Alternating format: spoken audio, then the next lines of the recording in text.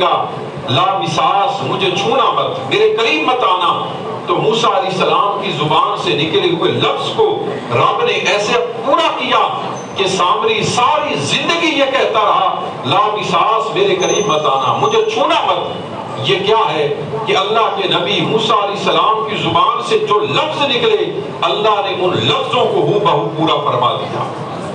تو یہ اللہ کی بارگاہ میں ان کی عزت ہے۔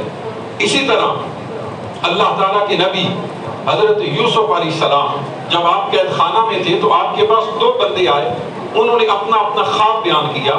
ایک بندے نے جھوٹا خواب بیان کیا تو حضرت یوسف علیہ السلام نے اسے تعبیر کیا بتائی۔ آپ نے فرمایا وَأَمَّا الْآخَرُ فَيُصْلَبُ فَتَأْكُلُ الطَّيْرُ مِنْ رَأْسِهِ، فرمایا کہ یہ جو دوسرا بندہ ہے اسے سولی پر چڑھایا جائے گا، سولی پر لٹکایا جائے گا اور پرندے آئیں گے اور اس کے جسم کو نوچیں گے، اس کو کھا جائیں گے۔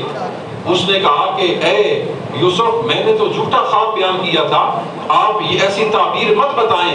تو یوسف علیہ السلام نے کہا کہ تو نے چاہے سچا خواب بیان کیا تھا یا جھوٹا بیان کیا تھا، اب جو میری زبان سے نکل گیا ہے یہ ہو کر رہے گا۔ تو ایسا ہی ہوا، اس بندے کو سولی پر لٹکایا گیا اور اس کے جسم سے جانوروں نے کھایا، اس کا گوشت نوچا۔ تو اللہ کے نبی اور اللہ کے پیاروں کی زبان سے جو لفظ نکل جاتا ہے اللہ اسے پورا فرما دیتا ہے۔ اسی طرح اللہ کے نبی حضرت نوح علیہ السلام وہ اللہ کی بارگاہ میں کیا عرض کرتے ہیں رب لا تذر علی الارض من الکافرین دیارا، اے میرے رب اس زمین پر کسی کافر کو باقی نہ رکھ، ہر ایک کافر کو مٹا دے، اس کے گھر کو برباد کر دے۔ تو اللہ کے نبی نوح علیہ السلام کی زبان سے جو لفظ نکلے تھے اللہ نے انہیں ایسا پورا کیا کہ اس بستی پر ایسا عذاب آیا کہ وہاں پر کسی بھی کافر کا گھر باقی نہیں بچا۔ اسی طرح حضرت ابراہیم علیہ السلام کی دعائیں قرآن مجید میں ہیں، تفصیل کا وقت نہیں ہے کہ انہوں نے جس طرح کی اللہ سے دعا کی، اس قال ابراہیم رب اجعل ھذا بلدا آمنا، اے میرے رب اس شہر مکہ کو امن والا بنا دے، وارزق اہلہ من الثمرات، یہاں پر رہنے والوں کو طرح طرح کے پھل عطا کر دے۔ تو حضرت ابراہیم علیہ السلام نے شہر مکہ کے بارے میں جو دعا کی تھی اللہ نے اس کو ایسا پورا کیا کہ شہر مکہ کو امن والا شہر بنا دیا۔ وہاں پر ہر موسم کے اندر پوری دنیا کے پھلوں کو وہاں پر جمع فرما دیا۔ یہ کس کی برکت ہے؟ یہ اللہ کے نبی کی زبان سے نکلے ہوئے الفاظ کی برکت ہے۔ تو یہ تمہید اگر آپ کو سمجھ آ گئی ہو کہ اللہ کے بندوں کی زبان سے جو نکلتا ہے اللہ اسے پورا کر دیتا ہے۔ اور پھر ہمارے کریم آقا صلی اللہ علیہ وآلہ وسلم تو وہ عظیم ہستی ہیں، وہ برتر ہیں کہ اعلیٰ حضرت فرماتے ہیں کہ سب سے اولا و اعلیٰ ہمارا نبی، سب سے بالا و اعلیٰ ہمارا نبی، خلق سے اولیاء، اولیاء سے رسول اور رسولوں سے اعلیٰ ہمارا نبی۔ کہ عام مخلوق میں افضل اللہ کے ولی ہوتے ہیں، ولیوں سے افضل اللہ کے رسول اور اللہ کے نبی ہوتے ہیں، اور ان سب نبیوں اور رسولوں سے اعلیٰ وہ ہمارے کریم آقا صلی اللہ علیہ وآلہ وسلم ہیں۔ آپ نے اللہ سے بڑی دعائیں کی ہیں، آپ کی کچھ دعائیں وہ ہیں جو اپنی ذات کے لیے ہیں، آپ نے اپنے لیے کچھ مانگا، ہم اس کو بھی ذکر نہیں کریں گے۔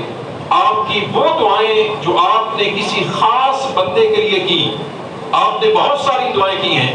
کبھی کسی کے لیے رحمت کی دعا کی کہ اللہ اس بندے پر رحمت بھیج دے، کبھی کسی کے لیے برکت کی دعا کی کہ اللہ اس کو برکت عطا کر دے، کبھی کسی کے لیے شفا کی دعا کی اے اللہ اسے شفا عطا کر دے، کبھی آپ نے کسی خاص جگہ، خاص محل، خاص علاقے کے لیے دعا کی، خاص قوم اور قبیلے کے لیے دعا کی، کبھی آپ نے اپنی ساری امت کے لیے دعا کی، کبھی آپ نے بارش کے لیے دعا کی۔ الغرض ہم ابھی چند ایک دعاؤں کا ذکر کریں گے۔ آپ نے اپنے رب سے جو مانگا اللہ نے اپنے محبوب کو وہ سب کچھ عطا فرما دیا۔ سب سے پہلے ہم اپنے محبوب علیہ السلام کی ان دعاؤں کو ذکر کرتے ہیں جو آپ نے کسی کی ہدایت کے لیے دعا کی کہ اے اللہ فلاں بندے کو ہدایت عطا کر دے۔ اب یاد رکھیں کہ ہدایت کا مطلب یہ ہے کہ اللہ اسے ایمان کی دولت عطا کر دے، اس کے دل کو ایمان سے بھر دے، اس کے دل میں ایمان کو پیدا فرما دے، اس کے دل میں اللہ کی محبت اور معرفت بھی آ جائے اور اللہ کے رسول کی محبت اور عقیدت اور اتباع کا جذبہ آ جائے۔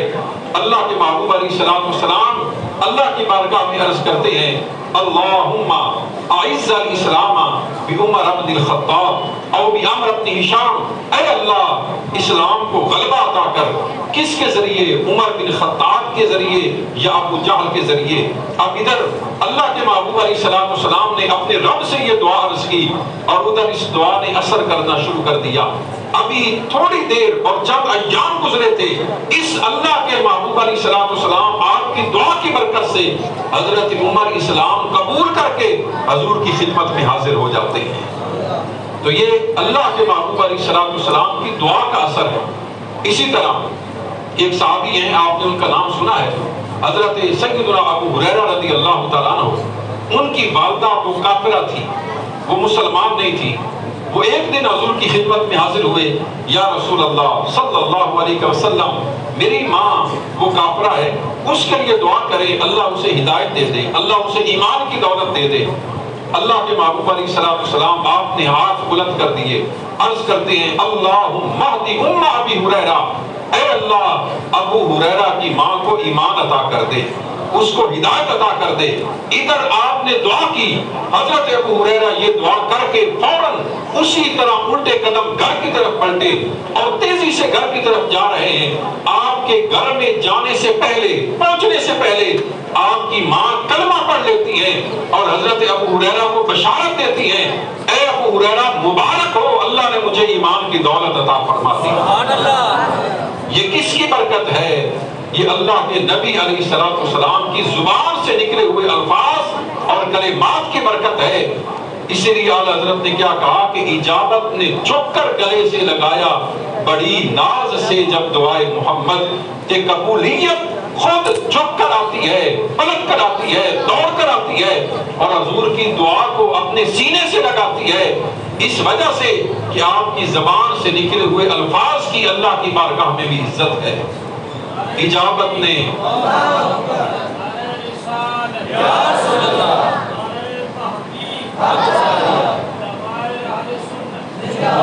اجابت نے جھک کر گلے سے لگایا بڑی ناز سے جب دعائے محمد۔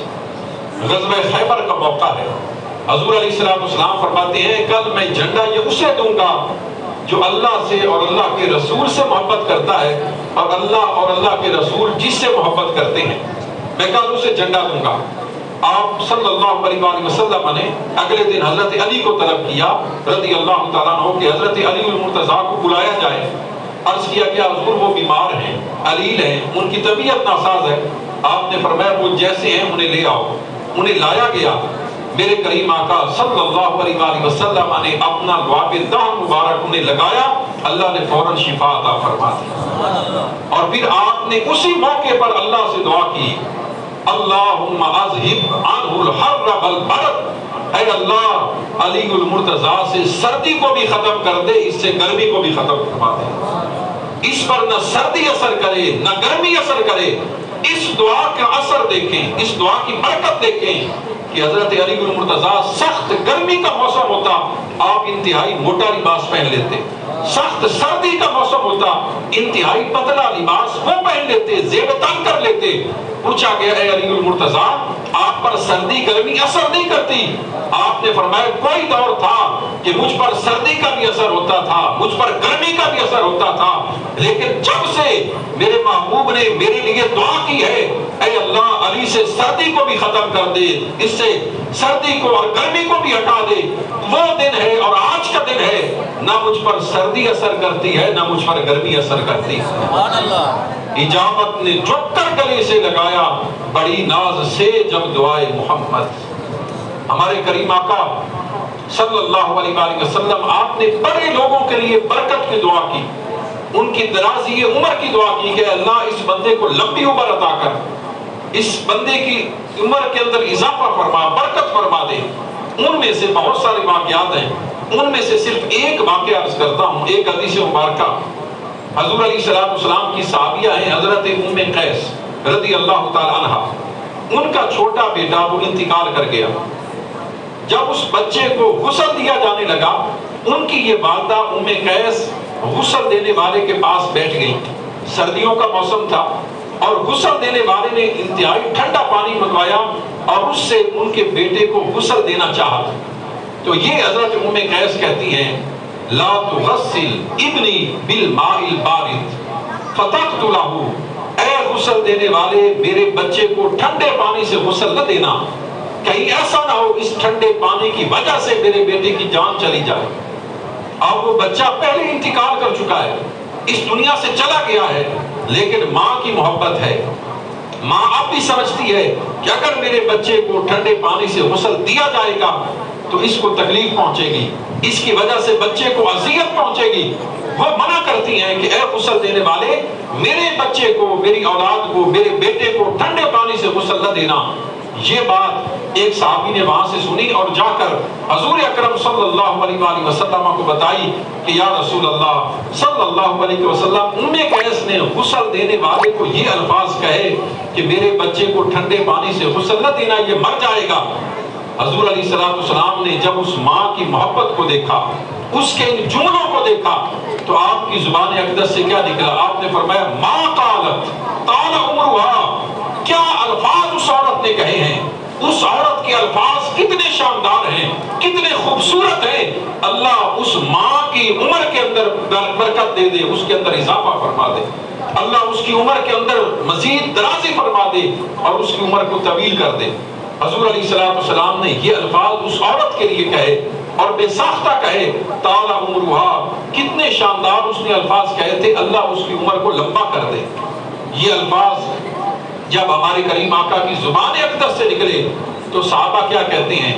فلا نعلم امرأة امرت ما امرت، کہتے ہیں پورے مدینہ کے اندر ہمیں ان سے بڑی عمر کی عورت کوئی اور نظر نہیں آتی تھی۔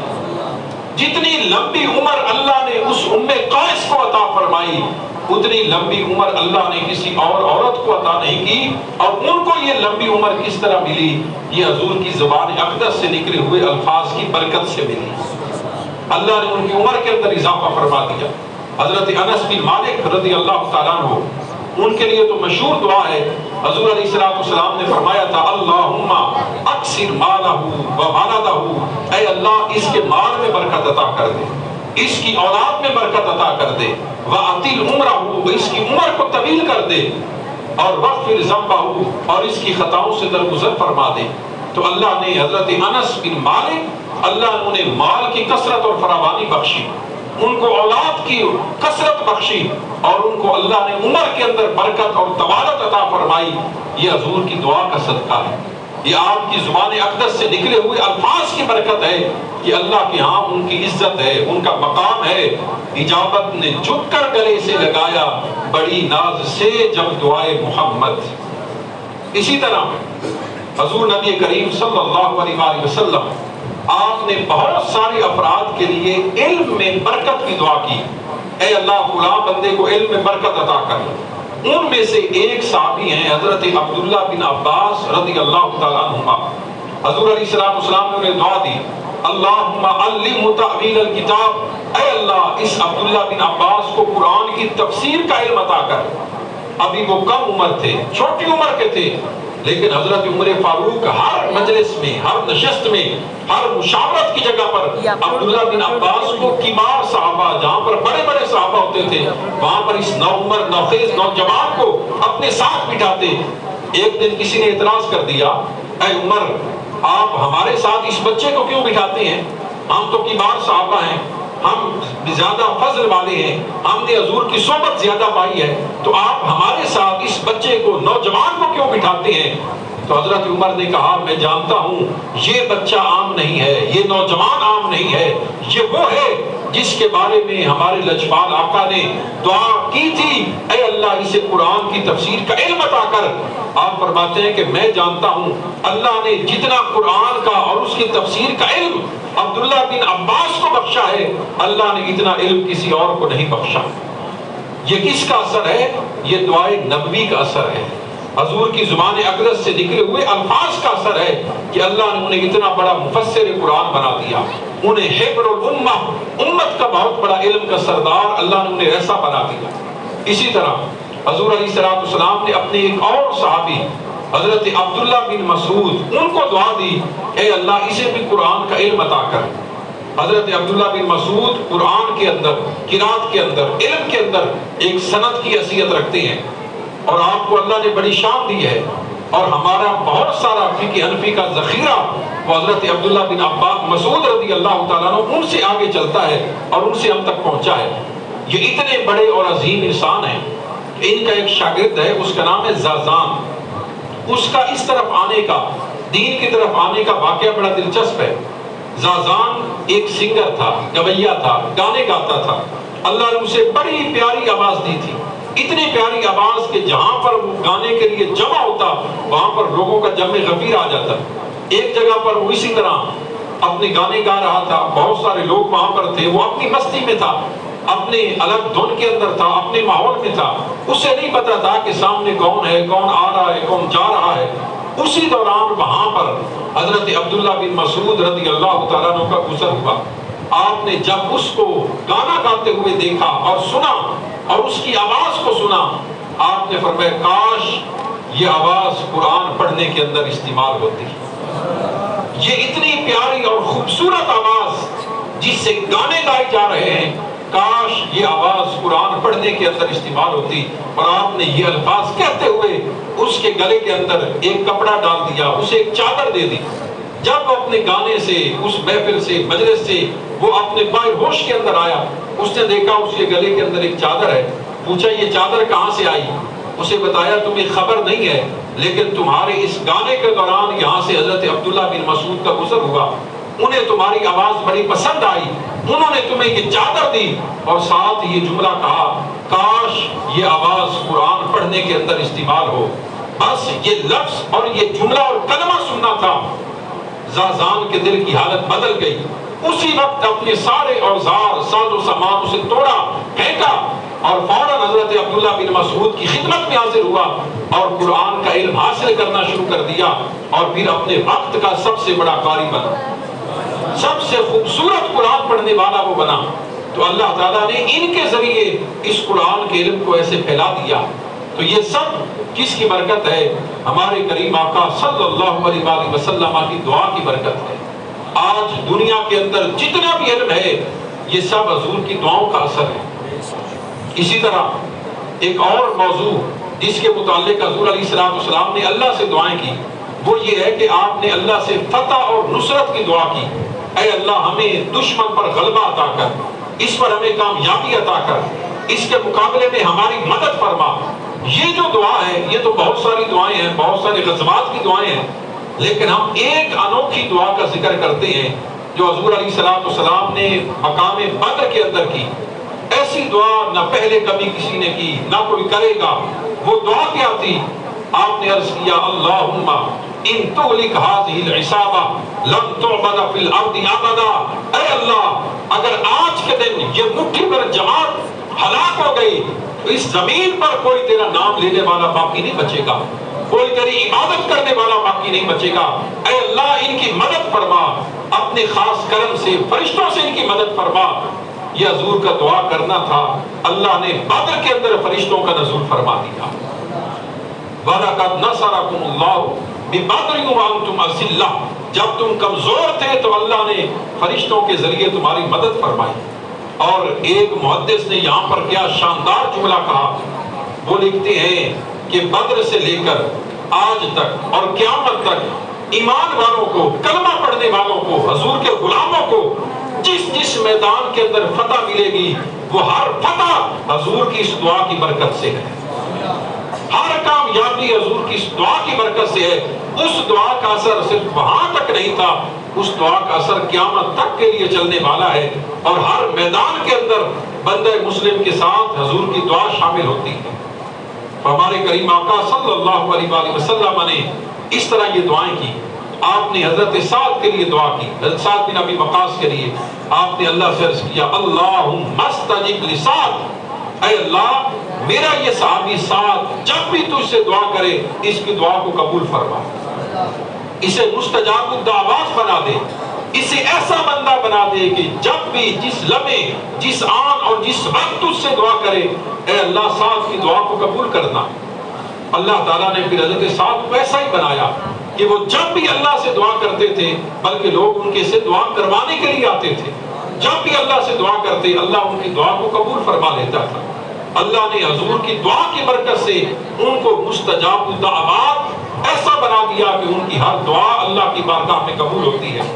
اسی طرح ہمارے کریم آقا صلی اللہ علیہ وآلہ وسلم آپ ہر ایک کو نوازنے والی ہیں، آپ کی رحمت اپنے پرائے غیر سب کو پہنچنے والی ہے۔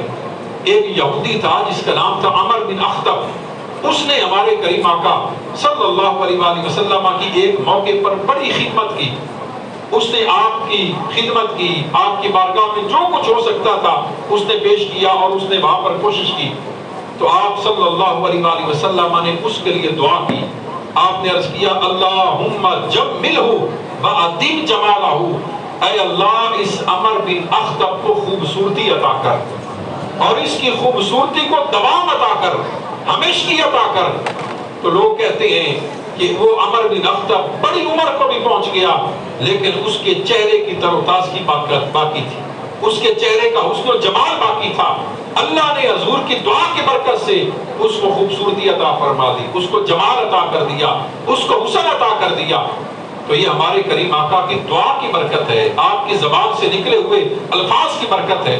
اسی طرح حضور اکرم صلی اللہ علیہ وآلہ وسلم آپ نے ایک بندے سے کہا، آپ کے سامنے وہ کھانا کھا رہا تھا، آپ نے اس سے فرمایا کہ بائیں ہاتھ سے کھانا مت کھاؤ، کھانے کے اندر سنت یہ ہے کہ بیٹھ کر کھایا جائے، دائیں ہاتھ سے کھایا جائے، کھانے سے پہلے ہاتھوں کو دھویا جائے۔ لیکن وہ اس کے برخلاف حضور کے سامنے اپنے بائیں ہاتھ سے کھانا کھا رہا تھا۔ آپ نے فرمایا کہ اے بندے بائیں ہاتھ سے نہیں اپنے دائیں ہاتھ سے کھانا کھاؤ۔ اس نے کہا کہ میرا دائیں ہاتھ کام نہیں کرتا، میں دائیں ہاتھ کو اٹھا نہیں سکتا، میرا یہ دائیں ہاتھ میرے منہ تک نہیں جا سکتا۔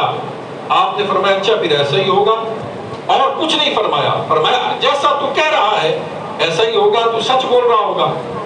آپ کی زبان سے صرف یہ الفاظ نکلے، اس کے بعد ساری زندگی وہ کوشش کرتا رہا اس کا دانا ہاتھ اس کے منہ تک چلا جائے، لیکن حضور کی زبان سے نکل چکا تھا، ساری زندگی وہ اپنے ہاتھ کو اپنے منہ تک نہیں لے جا سکا۔ کس وجہ سے؟ کہ ہمارے کریم آقا کی زبان سے نکل گیا کہ اگر تم میرے سامنے اپنے دانے ہاتھ کو استعمال نہیں کر سکتا پھر ایسا ہی ہوگا، تیرا ہاتھ اپنے منہ تک نہیں جائے گا۔ تو ساری زندگی اس کا دانا ہاتھ اس کے منہ تک نہیں جا سکا۔ اسی طرح ہمارے کریم آقا صلی اللہ علیہ وآلہ وسلم آپ کی بارگاہ میں ایک گستاخ نے جب بے ادبی کی تو آپ نے اس کے خلاف دعا کی، آپ نے اللہ سے عرض کیا اللہم سلط علیہ کلبا من کلابک، اے اللہ اس بدبخت پر اپنے درندوں میں سے کوئی درندہ مسلط کر دے، جو تیرے بہت سارے درندے ہیں ان میں سے کوئی درندہ اس پر مسلط کر دے۔ اور وہ کوئی اور نہیں، ابو جہل کا بیٹا تھا۔ حضور اکرم صلی اللہ علیہ وآلہ وسلم کی اس دعا کا اثر دیکھیں کہ وہ کسی سفر پر نکلا، دور دراز کا سفر تھا، تو ابو جہل نے سفر والوں کو، قافلے والوں کو تاکید کر رکھی تھی کہ رات کو جب تم نے ٹھہرنا ہے، کہیں پر رکنا ہے، تو میرے اس بچے کو ہمیشہ درمیان میں بٹھانا، درمیان میں رات کو سلانا، آرام کروانا اور بلند جگہ پر اس کو بٹھانا تاکہ کوئی درندہ اس پر حملہ آور نہ ہو سکے۔ اس سفر پر گئے، رات کا وقت ہوا، سفر والوں نے دائیں بائیں اپنے بستر لگائے، درمیان کے اندر اس کا بستر لگا دیا تاکہ وہ محفوظ رہے۔ رات کو ایک شیر اللہ کی طرف سے وہاں پر چلتا ہوا آیا، اور جب وہاں پر پہنچا وہ سب کو سونگتا گیا، یہاں تک کہ سونگتے سونگتے وہ اس بدبخت اور گستاخ تک پہنچا اور اس کو گلے سے پکڑ لیا، اور اس وقت اسے چھوڑا جب تک کہ اس کے جسم کے اندر جان تھی، اسے چھوڑا نہیں، اس وقت اسے چھوڑا جب وہ واصل جہنم ہو گیا۔ تو یہ کس کا اثر تھا؟ یہ اس دعا کا اثر تھا اللہم سلط علیہ قلبا من کلابک، اے اللہ اس بدبخت پر اپنے درندوں میں سے کوئی درندہ مسلط فرما دے۔ تو اللہ نے اس درندے کو اس پر مسلط فرما دیا۔ اسی طرح ایک اور حضور علیہ السلام کی دعا سنیے، آپ نے ایسے بندوں کے بارے میں دعا کی جو بندے حضور کا فرمان سنتے ہیں، حضور کا فرمان سمجھتے ہیں، حضور کے فرمان کو محفوظ کرتے ہیں، یاد رکھتے ہیں، اسے دوسروں تک پہنچاتے ہیں۔ ایسے لوگوں کے بارے میں ہمارے کریم آقا نے کیا دعا کی؟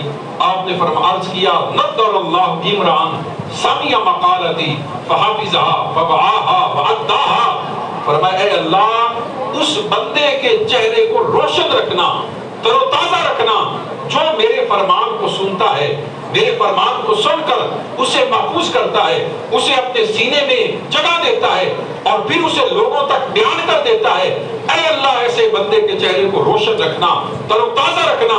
اس دعائے نبی کا اثر کیا ہے کہ آج بھی دنیا کے اندر جتنے محدثین ہیں، حضور کا فرمان پڑھنے والے ہیں، پڑھانے والے ہیں، جن کے دن اور راتیں حضور کا فرمان پڑھنے میں، سننے میں، سنانے میں، سمجھانے میں گزرتی ہیں، اللہ نے جو رونق، جو وقار، جو اطمینان اور جو جمال ان چہروں کو عطا کیا ہے، اللہ نے ایسا وقار کسی اور چہرے کو نہیں بخشا۔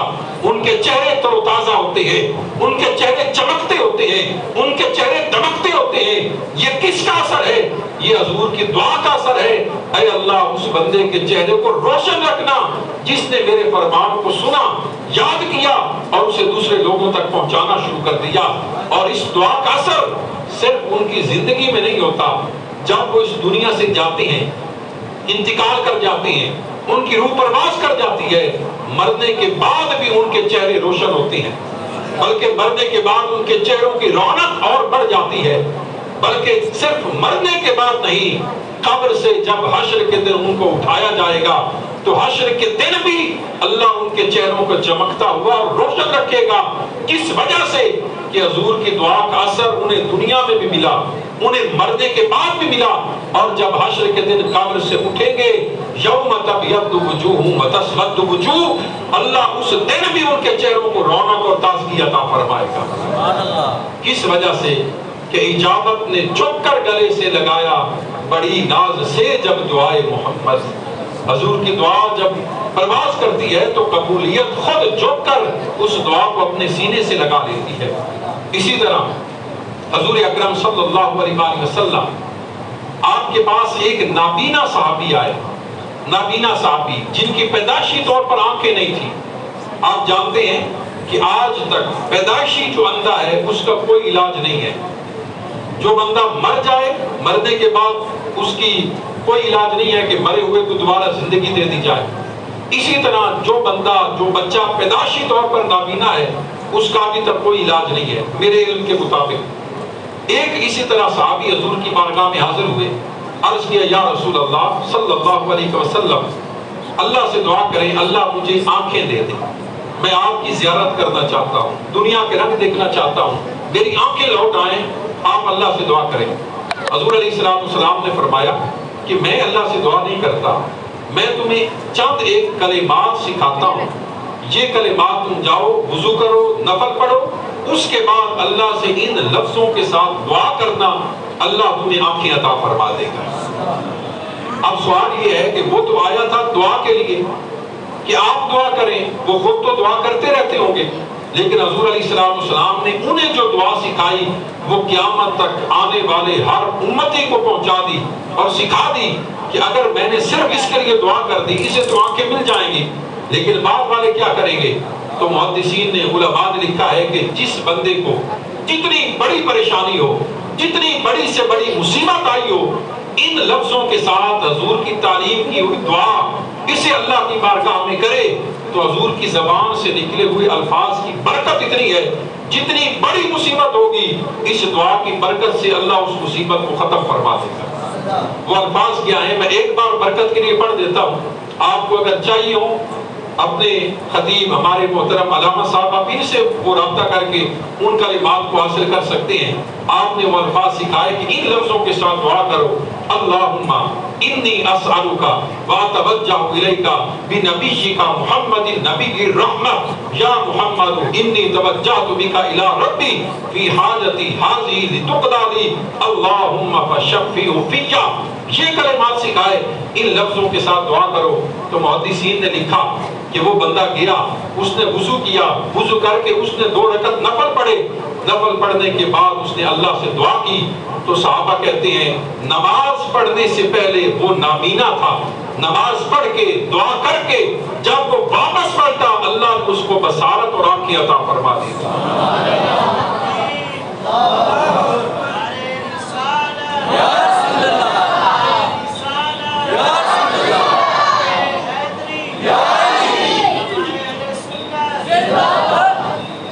تو یہاں پر محدثین نے ایک سوال اٹھایا کہ حضور علیہ السلام نے خود اس نابینا صحابی کے لیے دعا کیوں نہ کی؟ تو ایک تو جواب عرض کیا کہ اس وجہ سے تاکہ قیامت تک آنے والے امتیوں کو اس دعا کی برکت اور وہ دعا وہ نصیب ہو جائے۔ اور دوسرا ایک بڑا شاندار جملہ لکھا گیا، محدثین کہتے ہیں کہ ایک وجہ یہ تھی کہ حضور علیہ السلام اس کو یہ دعا سکھا کر بتانا چاہتے تھے کہ اللہ کی بارگاہ میں میں دعا کروں تو وہ بھی قبول ہے، لیکن اگر تم اللہ کی بارگاہ میں میرا نام لے کر دعا کرو تو رب کی بارگاہ میں میرا نام بھی کافی ہے، رب کی بارگاہ میں میرا نام بھی کافی ہے۔ میرے نام کی برکت سے اور اس کے وسیلے سے اللہ تمہاری گئی ہوئی آنکھوں کو واپس پلٹا دے گا۔ اور پھر ایسا ہی ہوا کہ حضور کے اسم گرامی نامی اس کی برکت سے اللہ نے انہیں آنکھیں واپس پلٹا دی۔ آپ کی زبان اقدس کے اندر اتنا اثر ہے۔ ایک صحابی ہیں، ان کا نام تو کچھ اور تھا، حضور علیہ السلام نے انہیں ایک نیا نام عطا کر دیا۔ آپ نے فرمایا یا سفینہ، اے سفینہ۔ سفینہ عربی میں کشتی کو کہتے ہیں۔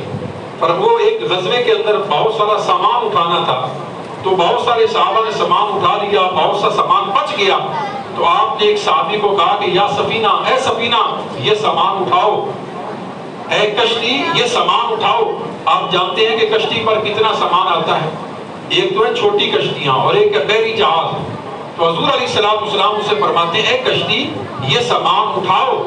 تو حضرت سفینہ کیا کہتے ہیں کہ جب سے میرے کریم آقا نے مجھے یہ سفینہ کا نام دیا ہے، اس وقت سے لے کر آج تک میں ایک نہیں، دو نہیں، تین نہیں، چار نہیں، پانچ نہیں، چھ نہیں، اگر مجھ پر 7 کشتیوں کا بوجھ بھی لاد دیا جائے تو حضور کی نام کی برکت سے میں 7 کشتیوں کا بوجھ اٹھا لیتا ہوں۔ بندہ ایک ہے، بندہ اکیلا ہے، لیکن وہ ایک بندہ 7 کشتیوں کا بوجھ اٹھا رہا ہے۔ یہ کس کی برکت ہے؟ حضور کے نکلے ہوئے زبان سے نکلے ہوئے الفاظ کی برکت ہے کہ آپ جس کو صرف سفینہ نام رکھ دیں، اللہ اسے بھی اتنی طاقت اور ہمت دیتا ہے کہ وہ اکیلا بندہ 7 کشتیوں کا بوجھ اٹھا لیتا ہے۔ اور ابن حضرت سفینہ کا ایک واقعہ بھی سنیے۔ ایک قافلے کے اندر یہ جا رہے تھے، اس سے بچھڑ گئے، الگ ہو گئے، جنگل کا سفر تھا، اسی راستے کے اندر انہیں راستے میں شیر مل گیا۔ تو یہ اس شیر کو دیکھ کر کیا کہتے ہیں؟ ڈرے نہیں، پیچھے نہیں ہٹے، یہ اپنا تعارف کرواتے ہیں۔ اس شیر سے کہتے ہیں انا مولا رسول اللہ یا ابا الحارث انا مولا رسول اللہ۔ اے جنگل کے شیر، میں تجھے اپنا تعارف کرواتا ہوں، میں عام بندہ نہیں، میں اللہ کے رسول کا غلام ہوں، اللہ کے رسول کا خادم ہوں، ان کا نوکر ہوں۔ بس آپ کا یہ تعارف کروانا تھا۔ وہ شیر جو پہلے حملہ کرنے کے لیے تیار بیٹھا تھا، وہ اپنی دم ہلاتا ہوا حضرت سفینہ کے پاس آ کر بیٹھ گیا اور ان کے ساتھ چلتا چلتا انہیں قافلے تک پہنچایا اور حفاظت کے ساتھ انہیں وہاں سے جنگل سے باہر جا کر نکالا۔ تو حضور کے زبان سے نکلے ہوئے الفاظ ان کے کوئی برابری نہیں ہے۔ تمہارے منہ سے جو نکلی وہ بات ہو کے رہی، کہا جو دن کو کہ شب ہے تو وہ رات ہو کے رہی۔ اگر حضور دن کو رات کہہ دیں اللہ اسے رات کر دیتا ہے، رات کو دن کہہ دیں اللہ اسے دن بنا دیتا ہے۔ یہ آپ کی زبان سے نکلے ہوئے الفاظ کی برکت ہے۔ حضور علیہ السلام کے ایک صحابی ہیں حضرت نابغہ جادی رضی اللہ تعالیٰ عنہ، انہوں نے ایک قصیدہ لکھا۔ اس قصیدے کے اندر تقریباً 200 اشعار ہیں۔ حضور کی نعت کہی، ایسی نعت کہی کہ اس نعت کے اندر 200 اشعار ہیں۔ ان میں سے جب 2 اشعار انہوں نے پڑھے تو حضور علیہ السلام نے انہیں دعا دی۔ آپ نے کیا دعا دی؟ لا یقدد اللہ فاکا، اللہ تیرے منہ کو سلامت رکھے، اللہ تیرے دانتوں کو سلامت رکھے، اللہ تیری زبان کو سلامت رکھے۔ یہ حضرت نابغہ جادی، ان کی عمر 120 سال کی ہو گئی۔ کتنی عمر ہو گئی؟ 120 سال۔ اور آپ بتائیں جب بندے کی عمر 120 سال ہو جائے اس کے کتنے دانت باقی ہوتے ہیں؟ لیکن یہ حضرت نابغہ جادی حضور کی دعا کا اثر تھا۔ 120 سال کی عمر لیکن سارے کے سارے دانت سلامت، سارے کے سارے دانت صحیح، تلفظ صحیح، زبان صحیح۔ یہ حضور کی زبان سے نکلی ہوئی دعا کا اثر تھا۔ اور یہ تو خالی دعائیں ہیں، دعائیں ہیں۔ حضرت عائشہ صدیقہ کیا کہتی ہیں؟ وہ عرض کرتی ہیں ما ارا ربک الا یسارع لک فی ہواک، یا رسول اللہ آپ کا رب آپ کی خواہش پوری کرنے میں جتنی جلدی کرتا ہے اتنی جلدی کرتے میں نے آپ کے رب کو کبھی بھی نہیں دیکھا۔ حضور کی خواہش، زبان پر لفظوں کا آنا اور بات ہے، وہ تو بعد میں آتے ہیں، پہلے دل میں خیال آتا ہے، پھر اس کے بعد وہ زبان پر الفاظ آتے ہیں، وہ نکلتے ہیں۔ زبان پر الفاظ کا آنا، جاری ہونا، یہ بات کی بات ہے۔ ابھی صرف حضور کے دل میں خواہش پیدا ہوتی ہے، اللہ اس خواہش کو بھی پورا فرما دیتا ہے۔ ایک بات اور عرض کرتا ہوں، بارش کی بات ہوئی تھی، حضور علیہ السلام کی بارگاہ میں ایک صحابی جمعے کے دن آپ خطبہ ارشاد فرما رہے ہیں، حاضر ہوئے، یا رسول اللہ صلی اللہ علیہ وسلم دعا کریں اللہ بارش دے دے۔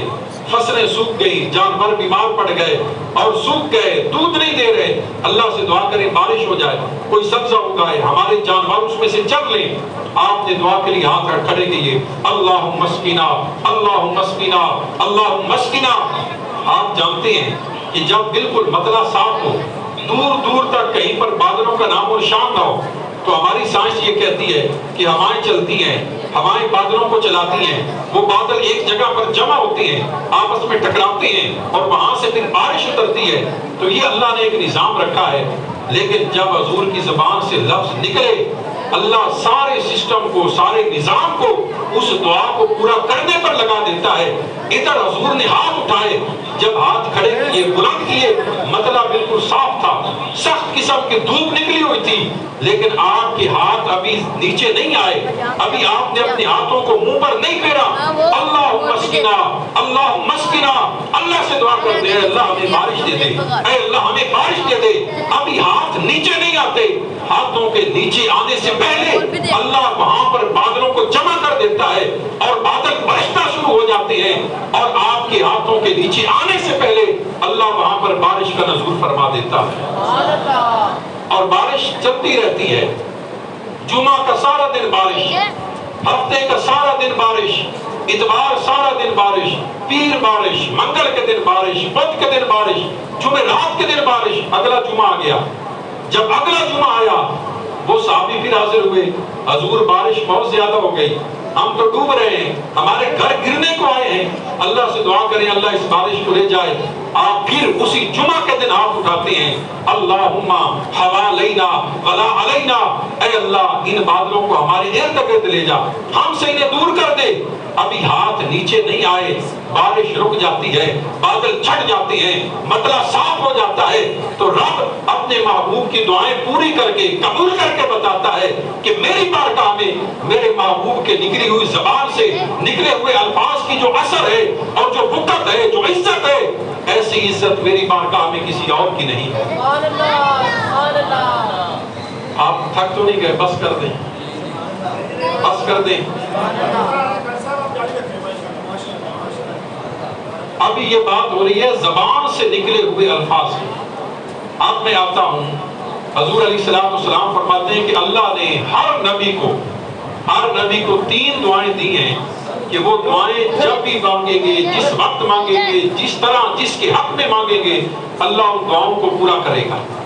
حضور علیہ السلام فرماتے ہیں کہ ہر نبی نے اپنی وہ 3 دعائیں دنیا کے اندر استعمال کر لیں، ہر نبی نے اپنی 3 دعائیں مانگ لی، اب ان کے پاس اور کوئی دعا نہیں بچی۔ لیکن آپ فرماتے ہیں کہ میں نے اللہ سے 2 دعائیں کر لی، وَأَخَّرْتُ الثَّالِثَةَ لِيَوْمِ يَرْغَبُ إِلَيَّ الْخَلْقُ كُلُّهُمْ حَتَّى إِبْرَاهِيمَ۔ فرماتے ہیں کہ ان 3 دعاؤں میں سے میں نے 2 دعائیں استعمال کر لی، میں نے اپنی ایک دعا آخرت کے قیامت کے دن کے لیے بچا کر رکھی ہوئی ہے۔ وہ دعا میں اس دن کروں گا جب ساری مخلوق میری محتاج ہوگی، میری طرف متوجہ ہوگی، میری طرف آئے گی اور عرض کرے گی، یا محمد انت رسول اللہ و خاتم الانبیاء، اے محمد مصطفیٰ آپ اللہ کے رسول ہیں، خاتم النبیین ہیں۔ اللہ سے دعا کریں۔ آپ نے فرمایا جب قیامت کے دن ہر مخلوق میری محتاج ہوگی، میرے در پر آئے گی، اس دن میں اپنی وہ دعا کروں گا۔ اور ہمارے امام نے اسی دعا کے بارے میں کیا کہا؟ آپ فرماتے ہیں کہ رضا پل سے اب وجد کرتے گزریے، رضا پل سے اب وجد کرتے گزریے کہ ہے رب سلم دعائے محمد، کہ اے میرے رب میری امت کو سلامتی عطا کر، اے میرے رب میری امت کو سلامتی عطا کر۔ جس رب نے اس دنیا میں اپنے محبوب کی زبان سے نکلی ہوئی ہر دعا کو شرف قبولیت بخشا، وہ رب اپنے محبوب کی وہاں قیامت کے دن بھی عزت افزائی کرے گا، ان کو مقام دے گا، اور حضور کی دعا کی برکت سے حضور کے غلاموں کو پل صراط پر سلامتی عطا فرما دے گا۔ رضا پل سے اب وجد کرتے گزریے کہ ہے رب سلم صدائے محمد۔ میں نے عرض کیا کہ دعائیں تو بعد کی بات ہے، ابھی حضور کے دل میں خواہش ہوتی ہے، اللہ اس خواہش کو بھی پورا فرما دیتا ہے۔ تحویل قبلہ کا واقعہ دیکھیں، قبلہ کا بدل جانا، قبلہ کا بدل جانا۔ حضور نے دعا نہیں کی، آپ نے اپنے چہرے کو، رخ انور کو آسمان کی طرف کئی بار اٹھایا، اے اللہ میرا اور میری امت کا جو قبلہ ہے وہ بیت اللہ کو بنا دے، وہ کعبۃ اللہ کو بنا دے۔ تو اللہ تعالیٰ نے فرمایا قد نرا تقلب وجهك في السماء فلنولینک قبلۃ ترضاها۔ اے محبوب تیرا یہ جو چہرہ بار بار آسمانوں کی طرف اٹھتا ہے، محبوب جدھر تیری مرضی ہے ادھر اپنا رخ کر لے، جدھر تیرا جی چاہتا ہے ادھر اپنا رخ کر لے، تو جدھر اپنا چہرہ کرے گا ہم اسی کو قبلہ بنا دیں گے۔ خدا کی رضا چاہتے ہیں تو عالم، خدا چاہتا ہے رضائے محمد۔ اور قیامت کے دن بھی اللہ تعالیٰ فرمائے گا اے میرے محبوب کلہم یطلبون رضائی وانا اطلب رضاک یا محمد۔ اے محمد مصطفیٰ ہر کوئی میری رضا کا طالب ہے، لیکن میں چاہتا ہوں آج کے دن بھی میرا محبوب خوش ہو جائے۔ فقط اتنا سبب ہے انعقاد بزم محشر کا کہ ان کی شان محبوبی دکھائی جانے والی ہے۔ تو حضور کی زبان اقدس سے دعا تو نکلنا بعد کی بات ہے، صرف دل میں خیال پیدا ہوتا ہے، اللہ اس خیال اور خواہش کو بھی پورا فرما دیتا ہے۔ حضرت ابراہیم علیہ السلام اللہ سے دعا کرتے ہیں، اللہ تعالیٰ سے کیا کرتے ہیں؟ عرض کرتے ہیں والذی اطمع ان یغفر لی خطیئتی یوم الدین۔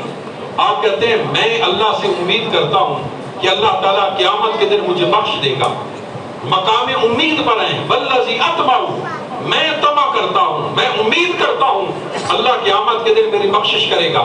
یہ حضرت ابراہیم علیہ السلام کے الفاظ ہیں، اور ادھر اللہ اپنے محبوب کو کیا کہتا ہے؟